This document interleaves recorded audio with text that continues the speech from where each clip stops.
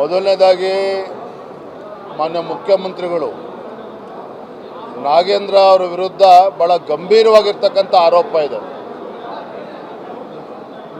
ಇವತ್ತು charge sheet ಕೂಡ ಅವರ ವಿರುದ್ಧ ಫೈಲ್ ಆಗಿರುವಂಥದ್ದು. ಏನು ಪ್ರಕರಣ? ಅವರು ಸಚಿವರಿದ್ದಾಗ ವಾಲ್ಮೀಕಿ ಅಭಿವೃದ್ಧಿ ನಿಗಮದಲ್ಲಿ ನೂರಾರು ಕೋಟಿ ಹಣವನ್ನು ಲಪಟಾಯಿಸಿ ತೆಲಂಗಾಣ ರಾಜ್ಯದಲ್ಲಿ ಸಾವಿರಾರು ಅಕೌಂಟ್ಗಳನ್ನು ಓಪನ್ ಮಾಡಿ ಅಲ್ಲಿ ಕ್ಯಾಶನ್ನು ಡ್ರಾ ಮಾಡಿ ದುರ್ಬಳಕೆ ಮಾಡಿಕೊಂಡಿರ್ತಕ್ಕಂಥದ್ದು ಜಗಜ್ಜಾಹೀರಾಗಿದೆ.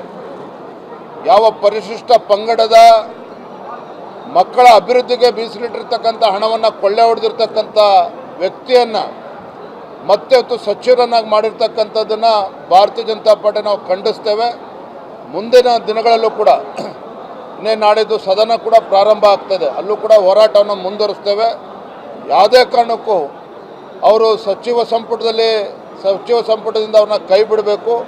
ಈ ನಿಟ್ಟಿನಲ್ಲಿ ಹೋರಾಟವನ್ನು ಕೂಡ ನಾವು ಮಾಡ್ತಾ ಇದ್ದೇವೆ. ಸರ್, ಮತ್ತೆ ಅವರು ಜೈಲುಗಳಲ್ಲಿ ಏನಾದ್ರು ತನಿಖೆ ಪೂರ್ವಾಯಿತು ಅಂದರೆ ಈಗ ಏರ್ಪೋರ್ಟಲ್ಲಿ ಅವ್ರು ಹೋಗಿರ್ತಕ್ಕಂಥ CCTV ಅದೆಲ್ಲ ಪರಿಶೀಲನೆ ಮಾಡ್ತಾ ಇದೆ ಇಡೀ ತಂಡ. ನೋಡಿ, ಅವರು ಬೇಲ್ ಕಂಡೀಷನನ್ನು ವೈಲೇಟ್ ಮಾಡಿದ್ದಾರೆ ಅಂತ ಹೇಳಿದ್ರೆ ನ್ಯಾಯಾಲಯ ಇದೆ, ಖಂಡಿತ ಅದ್ರ ಬಗ್ಗೆ ತೀರ್ಮಾನವನ್ನು ತೆಗೆದುಕೊಳ್ತದೆ.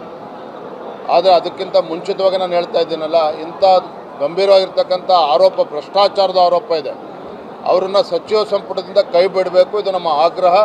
ಹೋರಾಟವನ್ನು ಮುಂದುವರಿಸ್ತೇವೆ.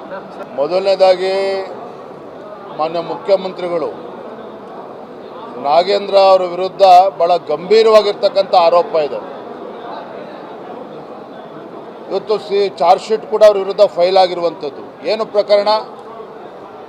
ಅವರು ಸಚಿವರಿದ್ದಾಗ ವಾಲ್ಮೀಕಿ ಅಭಿವೃದ್ಧಿ ನಿಗಮದಲ್ಲಿ ನೂರಾರು ಕೋಟಿ ಹಣವನ್ನು ಲಪಟಾಯಿಸಿ ತೆಲಂಗಾಣ ರಾಜ್ಯದಲ್ಲಿ ಸಾವಿರಾರು ಅಕೌಂಟ್ಗಳನ್ನು ಓಪನ್ ಮಾಡಿ ಅಲ್ಲಿ ಕ್ಯಾಶನ್ನು ಡ್ರಾ ಮಾಡಿ ದುರ್ಬಳಕೆ ಮಾಡಿಕೊಂಡಿರ್ತಕ್ಕಂಥದ್ದು ಜಗಜ್ಜಾಹೀರಾಗಿದೆ.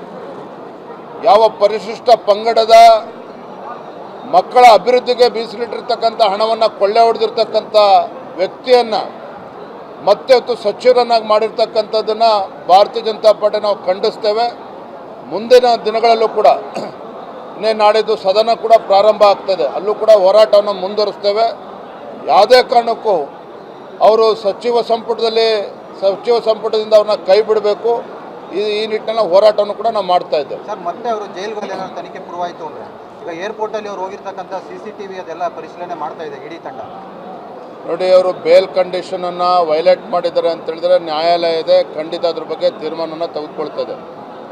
ಆದರೆ ಅದಕ್ಕಿಂತ ಮುಂಚಿತವಾಗಿ ನಾನು ಹೇಳ್ತಾ ಇದ್ದೀನಲ್ಲ, ಇಂಥ ಗಂಭೀರವಾಗಿರ್ತಕ್ಕಂಥ ಆರೋಪ, ಭ್ರಷ್ಟಾಚಾರದ ಆರೋಪ ಇದೆ, ಅವರನ್ನು ಸಚಿವ ಸಂಪುಟದಿಂದ ಕೈ ಬಿಡಬೇಕು. ಇದು ನಮ್ಮ ಆಗ್ರಹ. ಹೋರಾಟವನ್ನು ಮುಂದುವರಿಸ್ತೇವೆ.